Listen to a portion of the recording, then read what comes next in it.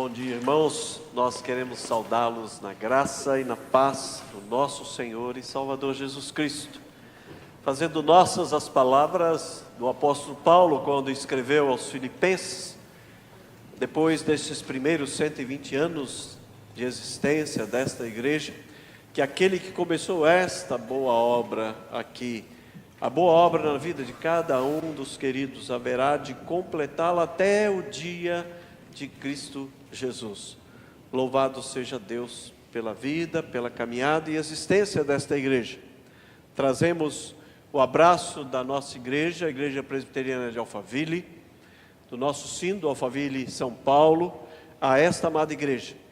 Agradecemos a vida e o ministério do reverendo Cid, amigo, irmão tão precioso, convite honroso do conselho desta igreja, para que pudéssemos estar aqui com os irmãos, celebrando este momento tão especial na vida desta igreja. Uma igreja e uma história. Eu amo as histórias que a graça de Deus vai escrevendo em nós, no meio do seu povo, como histórias que esta igreja traz da sua vida, da vida de cada um daqueles que já passaram por aqui e daqueles que o Senhor mesmo haverá de atrair para que aqui estejam e sejam igreja do Senhor Jesus neste lugar. E para isso eu gostaria de convidar os queridos irmãos para que abrissem as Escrituras na primeira epístola de Paulo aos Tessalonicenses, 1 Tessalonicenses, no capítulo 1. Nós vamos ler os 10 primeiros versículos. Gostaríamos que os irmãos acompanhassem atentamente com uma particularidade, como se estivessem recebendo esta carta do apóstolo, como da parte de Deus a estamos recebendo nessa manhã, escrita a esta igreja, a Igreja Presbiteriana de Botafogo. É assim que eu convido os irmãos para que possam acompanhar a leitura das Sagradas Escrituras. Se você puder, respeitosamente, coloquemos-nos em pé.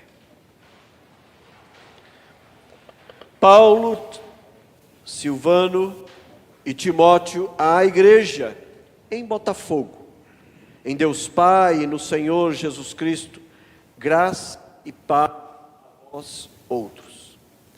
Damos sempre graças a Deus por todos vós, mencionando-vos em nossas orações e sem cessar, recordando-nos diante do nosso Deus e Pai, da operosidade da vossa fé, da abnegação do vosso amor, da firmeza da vossa esperança em nosso Senhor Jesus Cristo.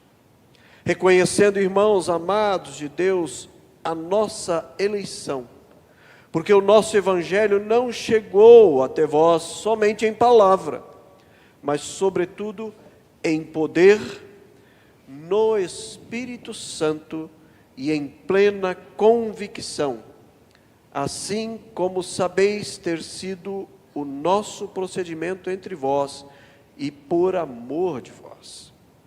Com efeito, vos tornastes imitadores nossos e do Senhor, tendo recebido a palavra, posto que em meio de muita tribulação, com alegria do Espírito Santo, de sorte que vos tornastes o modelo para todos os crentes da Macedônia e na Acaia. Porque de vós repercutiu a palavra do Senhor, não só em Botafogo, mas por toda parte se divulgou a vossa fé para Deus, a tal ponto de não termos necessidade de acrescentar coisa alguma. Pois eles mesmos, no tocante a nós, proclamam que repercussão teve o nosso ingresso no vosso meio, e como deixando os ídolos, vos convertestes a Deus para servirdes o Deus vivo e verdadeiro, e para guardardes dos céus o seu Filho, a quem ele ressuscitou dentre os mortos, Jesus, que nos livra da ira vindoura. Vamos orar mais uma vez. Bom Deus e eterno Pai, obrigado porque o Senhor mesmo nos escolheu e de uma forma muito especial nos trouxe para a comunhão dos santos na tua casa, a fim de cultuar ao Senhor. E agora, ó Deus, tomamos a tua palavra e te pedimos que o Senhor nos dê com a intensidade, a profundidade que somente o teu Santo Espírito pode fazer, e toda a honra e toda a glória seja dada unicamente ao bendito e eterno nome do nosso Senhor e Salvador Jesus Cristo. E aqueles que creem podem dizer amém. Amém. Você pode se assentar. Uma igreja, uma história, 120 anos da história da graça de Deus aqui. As cartas de Paulo aos Tessalonicenses são duas das mais antigas escritas pelo apóstolo, algo em torno do ano 50, 51 depois de Cristo. Talvez Gálatas tenha sido escrito antes da carta aos Tessalonicenses. A igreja em Tessalonicenses foi fundada durante a segunda viagem do apóstolo Paulo, a segunda viagem missionária do apóstolo Paulo, registro de Atos dos Apóstolos, capítulo 17. E seria como que uma igreja estrategicamente colocada. Eu amo os nossos precursores, aqueles que nos trouxeram o Evangelho de Cristo, como a esta cidade, que tem um papel especial na vida e na história da igreja presbiteriana no Brasil. Foi no porto da cidade do Rio de Janeiro que Ashbel Green Simon desembarcou. Foi aqui que o Evangelho foi plantado. O Evangelho, através da igreja presbiteriana do Brasil, deu os seus primeiros passos. Um lugar estrategicamente do coração de Deus para a nossa própria nação.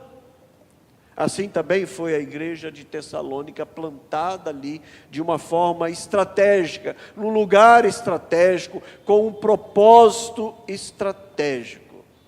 Tessalônica era importante e influente cidade daquela época, capital da Macedônia. À época da carta, ela tinha cerca de 200 mil habitantes.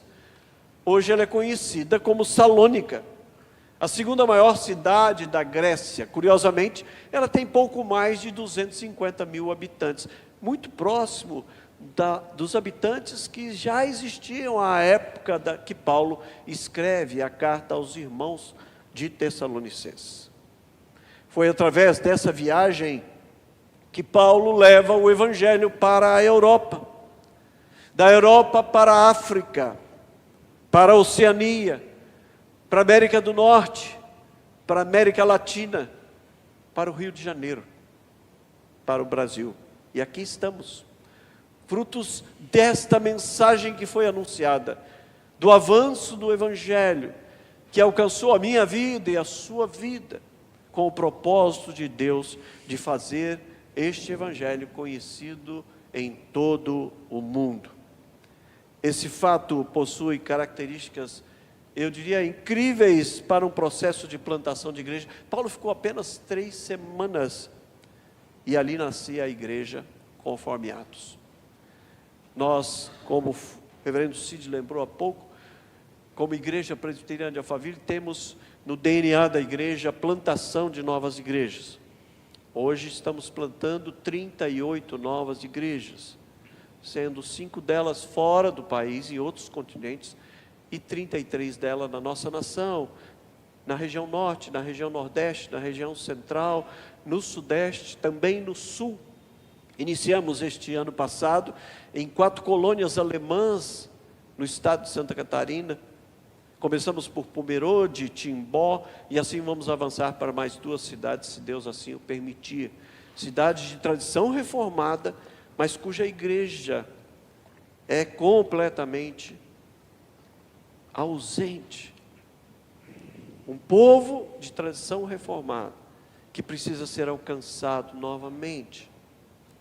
E nos chama muita atenção algumas igrejas que foram surgindo no registro da palavra de Deus, como esta igreja. 3 semanas, Paulo vai embora e deixa ali uma igreja plantada, porque o Evangelho precisava avançar.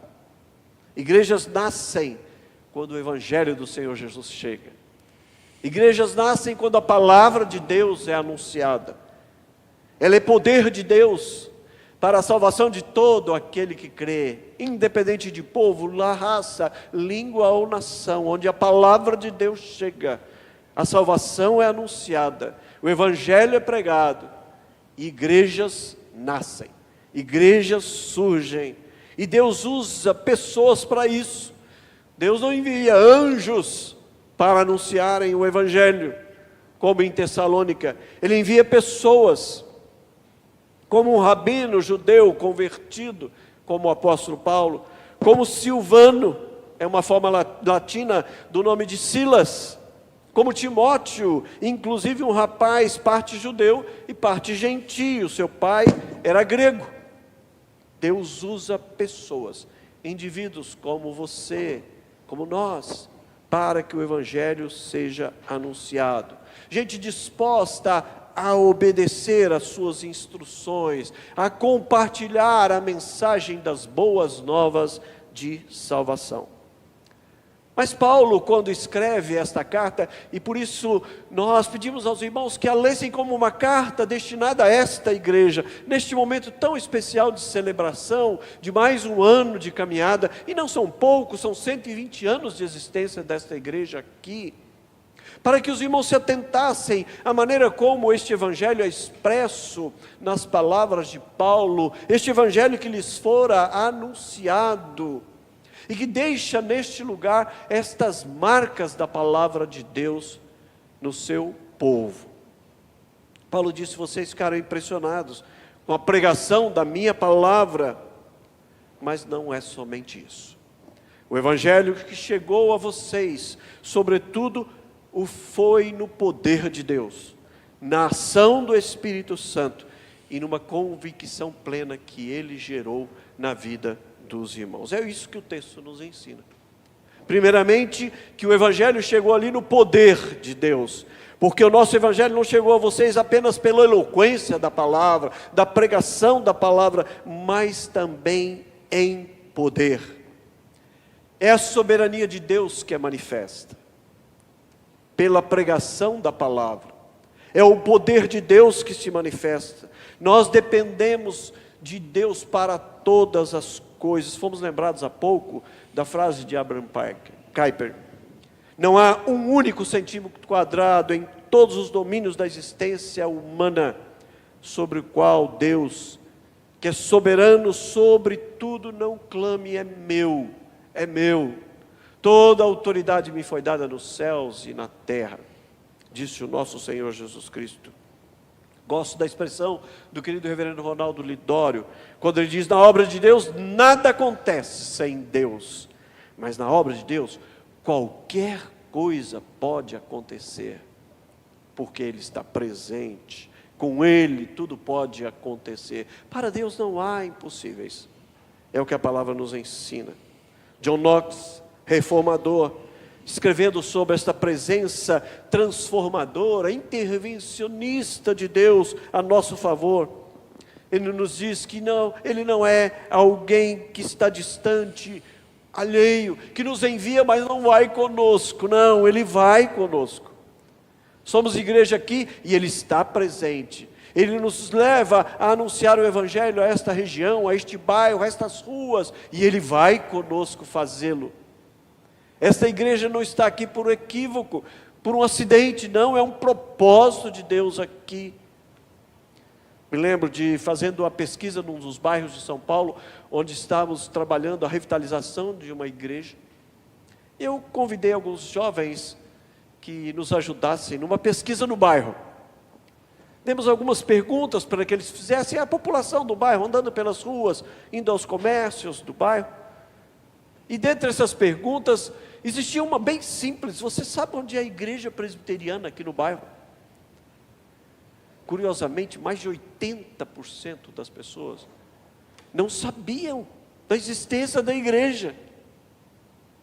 Costumamos enviar plantadores para uma determinada região, onde através da oração, da pesquisa, da elaboração de um projeto para a plantação daquela igreja, de treinamento, Mas sabemos que é no poder de Deus que ela acontecerá, de dizer ao plantador: volto daqui 6 meses. Se as pessoas do comércio, da padaria, do mercado, do açougue, da rua, forem perguntadas: onde tem um trabalho presbiteriano iniciando aqui? Você conhece o pastor da igreja presbiteriana? E você não souber, você está demitido. As pessoas precisam saber. E saiba e aprenda algo muito precioso que aprendi há muitos anos com o saudoso reverendo Elben César, da revista Ultimato. O óbvio não é óbvio. Mas pastor, nós estamos aqui há 120 anos. Olha o templo da igreja. Amo essa arquitetura do templo, esses vitrôs. Pastor, mas estamos aqui. O óbvio não é óbvio. Pode entrar aqui, alguém pode te perguntar: a gente pode ir lá na sua igreja? A gente pode entrar lá? Você vai se surpreender. Esta igreja está aqui e chegou aqui pelo poder de Deus. Ele a colocou neste lugar. Ele não é alguém distante, alheio, mas soberano e senhor ativo, que intervém com poder, que invade a nossa história com a sua graça irresistível, quebrando prisões, transformando cidades, mudando a vida das pessoas e moldando-nos, o seu povo, para a sua glória. Em uma oração, John Knox se expressou assim: ó Senhor, desperta-nos com o sopro do teu Santo Espírito, para que possamos ver a tua mão operando no nosso meio.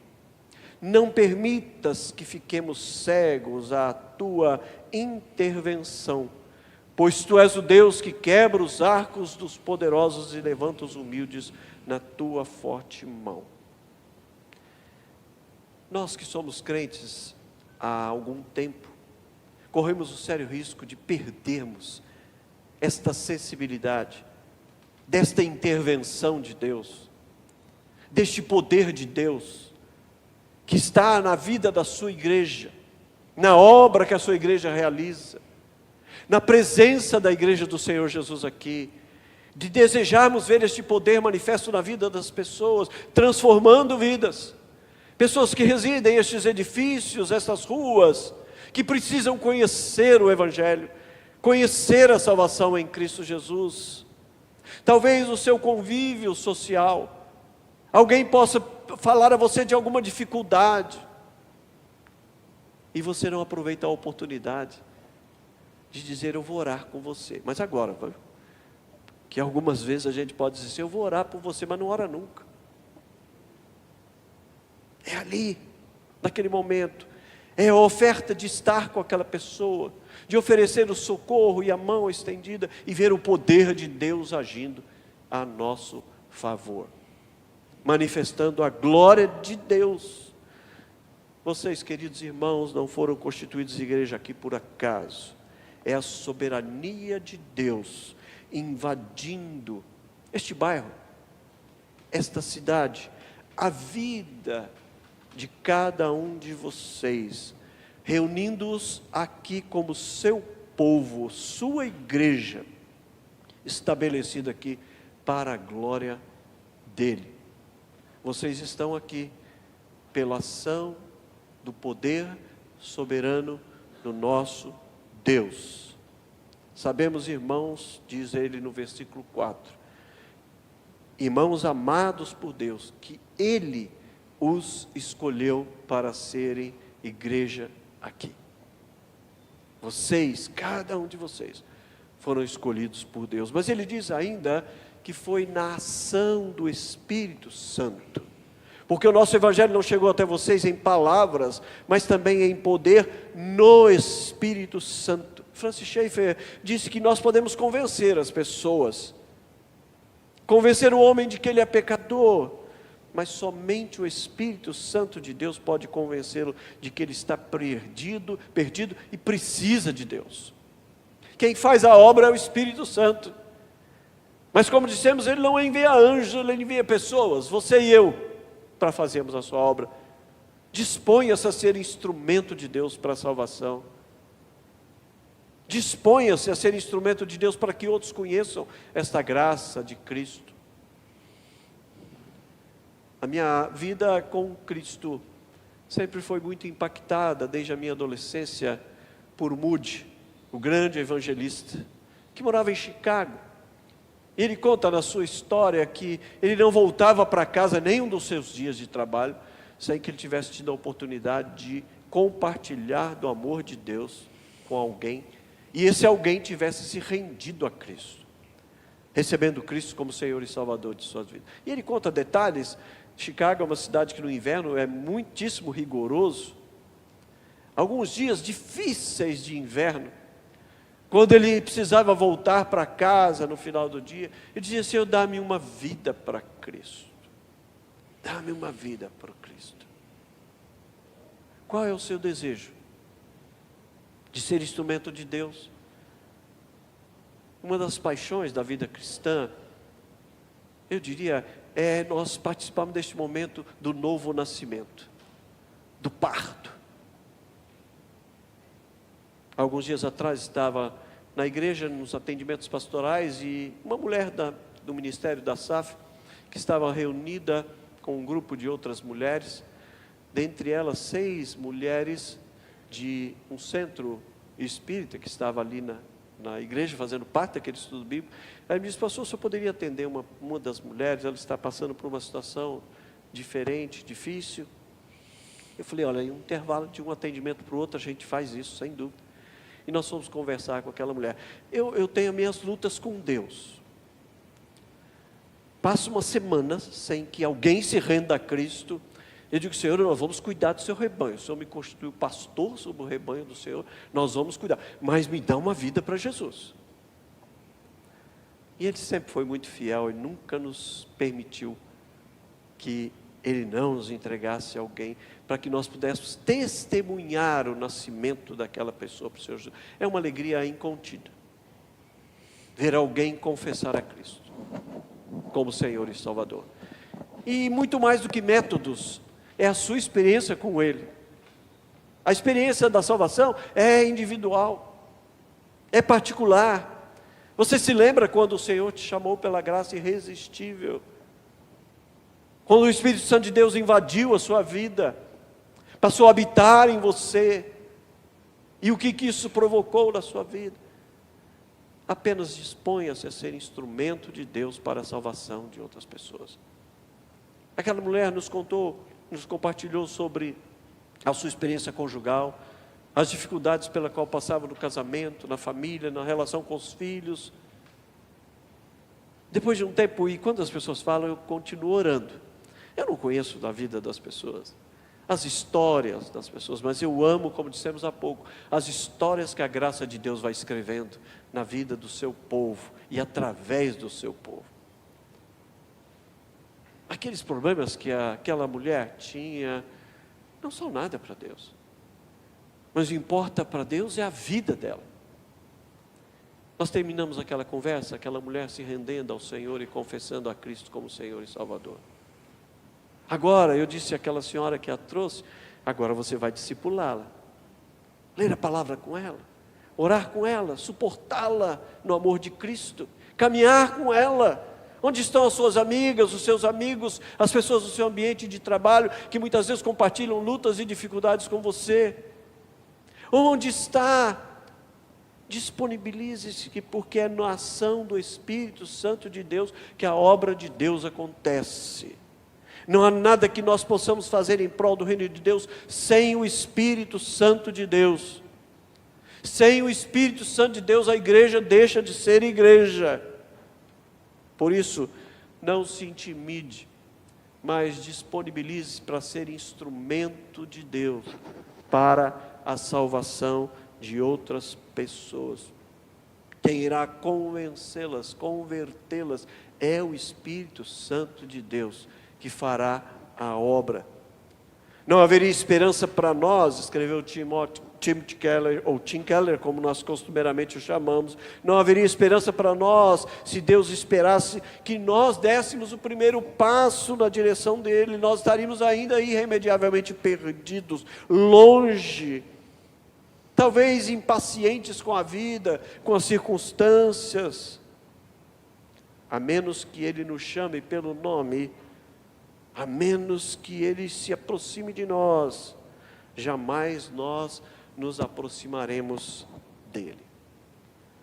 Paulo pregou e debateu por 3 semanas na sinagoga em Tessalônica, durante sábados sucessivos. Alguns judeus, diz o texto, e numerosa multidão de gregos e muitas mulheres creram no Senhor Jesus. Além disso, vê-se o Espírito Santo dando força e ânimo àquela igreja, em meio às dificuldades que eles enfrentavam, mas eles com alegria. Eu pedi, insisto nisso, que os irmãos lessem essa carta como se endereçada a essa igreja. A minha oração é que esta igreja receba esta carta, com as verdades que nela estão, como um testemunho dos queridos aqui, como uma igreja do Senhor Jesus neste lugar. Eu me recordo de vós, diz o apóstolo, da operosidade da vossa fé, da abnegação do amor de vocês, da firmeza da esperança que vocês têm em Cristo Jesus. Ele diz, porque a fé de vocês repercutiu em todo Botafogo e Rio de Janeiro. A fé de vocês repercutiu. Ali são pessoas de Deus que se reúnem. Neste templo é gente de fé que se encontra. Não porque somos melhores do que qualquer um habitante deste bairro, mas que fomos alcançados por esta graça do Senhor Jesus. E sabemos sim, abençoados por Ele, com toda sorte de bênçãos, através de Cristo em nós. Somos e seremos sempre, em todo o tempo, um testemunho vivo do amor, da graça, da bondade, da misericórdia de Deus. Haja o que houver, sabemos-nos povo de Deus, abençoados por Deus e abençoados para sempre pelo Senhor, porque nada, absolutamente nada, pode nos separar deste amor que está em Cristo Jesus. A igreja acontecia ali pelo poder soberano de Deus. A igreja acontece aqui pelo poder soberano de Deus. A igreja acontece aqui no poder do Espírito Santo de Deus, que nos move à existência, que faz de nós instrumento nas suas mãos. Nós não estamos aqui por acaso. Você não é membro desta igreja, parte do corpo visível de Cristo aqui por acaso. Você não é um consumidor que vem aos domingos para consumir, prestando um culto a Deus. Não, você vem aqui para ser servo do Senhor, instrumento de Deus, para que outros creiam, para que outros sejam alcançados pela graça, para que o Evangelho seja anunciado. Isso faz parte daquilo que Paulo diz. Vocês estão aqui pelo poder soberano de Deus, na ação do Espírito Santo, e isso lhes traz a cada um de vocês plena convicção. Eu amo isso, porque o Evangelho não chegou até vocês somente na palavra, mas também pelo poder de Deus, no Espírito Santo e em plena convicção. A convicção de fé que você tem, meu irmão, nada pode arrancar de nós. Nada pode arrancar. A palavra aqui é pleroforia, que é uma certeza íntima, inquestionável. Você e eu trazemos marcas na nossa vida, da presença de Cristo em nós, que não há nada que possa arrancar. Nós podemos ser perseguidos, podemos morrer por amor a Cristo, mas nada pode arrancar essa certeza inquestionável destas marcas do amor de Deus na minha e na sua vida. Estar aqui é fazer parte. É isso que nós temos que fazer. Parte destas histórias da graça de Deus. Paulo faz uma saudação emocionada, eu diria, aos irmãos de Tessalônica: sempre damos graças a Deus. Sempre damos graças a Deus. A gratidão pela fidelidade desta igreja, do seu povo, o povo de Deus deste lugar. Aqueles irmãos creram em Cristo. Aqueles irmãos se associaram ao apóstolo através da sua igreja para serem enviados ao mundo, para pregar o evangelho a toda criatura. Você é parte deste corpo vivo de Cristo, discípulo do Senhor Jesus, e Ele nos enviou e vai conosco, para que nós anunciemos o evangelho e façamos discípulos de todas as nações. A operosidade, novamente, da vossa fé, a dedicação do amor de vocês e a firmeza da esperança que vocês trazem. Nós vivemos dias difíceis, onde as verdades são relativizadas, aonde as pessoas constroem a verdade e nós somos chamados a politicamente condescender com a própria verdade. Há uma única verdade. Desculpem.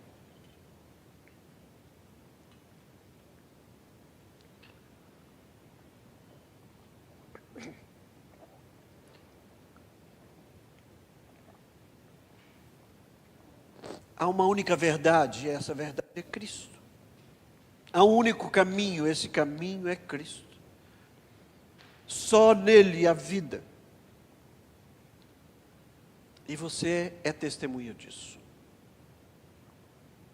Nós vivemos uma sociedade que nesse relativismo tem anunciado mentiras, enganado, levado à morte pessoas sem Cristo. E eu e você somos chamados a ser instrumentos de Deus para que o mundo conheça esta salvação no Senhor.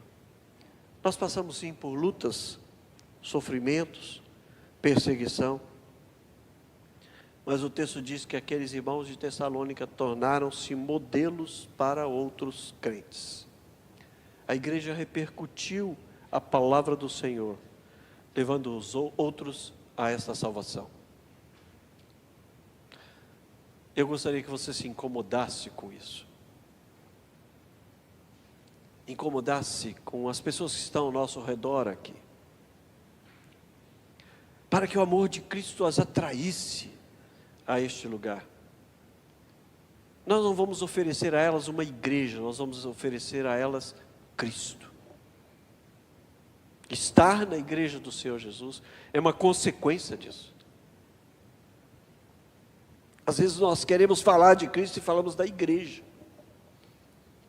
E a igreja é um monte de gente imperfeita que está aqui. Bendito seja porque nós adoramos um Deus perfeito. Mas é um monte de gente imperfeita, falha. Todos precisamos de um Salvador. A cada dia, a cada momento. Nós estamos aqui nessa manhã, como durante todo este mês, para celebrar essas histórias da graça de Deus, da qual você é testemunha neste lugar. Alguém disse que se nós pudéssemos enxergar o interior do coração de Deus, certamente nós veríamos a Cristo como foco do seu amor. E se você abrisse o coração de Cristo, você encontraria nele a igreja, a família de Deus, no centro desse coração. Por isso, há aqui uma história, há aqui uma igreja, nascida e escrita pelo poder de Deus, nascida e vivenciada pela ação do Espírito Santo de Deus, na plena convicção daqueles que Ele mesmo chamou, escolheu, separou, ajuntou aqui, para a partir daqui realizar a obra que Ele lhes confiou realizar. A nossa fé, o cristianismo, é uma religião de salvação. E não há salvação em religiões não cristãs que se compare à mensagem de Deus que nos amou, buscou e morrer por pecadores como nós. Essa é a mensagem que os alcançou, que nos alcançou. Esta é a mensagem que Ele nos chamou a anunciar. Igrejas são pessoas, não são templos. São pessoas. E vocês são testemunhas vivas da igreja do Senhor. Vocês são aqui a família de Deus para testemunharem dessa graça. Eu queria fazer algumas perguntas e gostaríamos que generosamente e voluntariamente os irmãos a respondessem colocando-se de pé.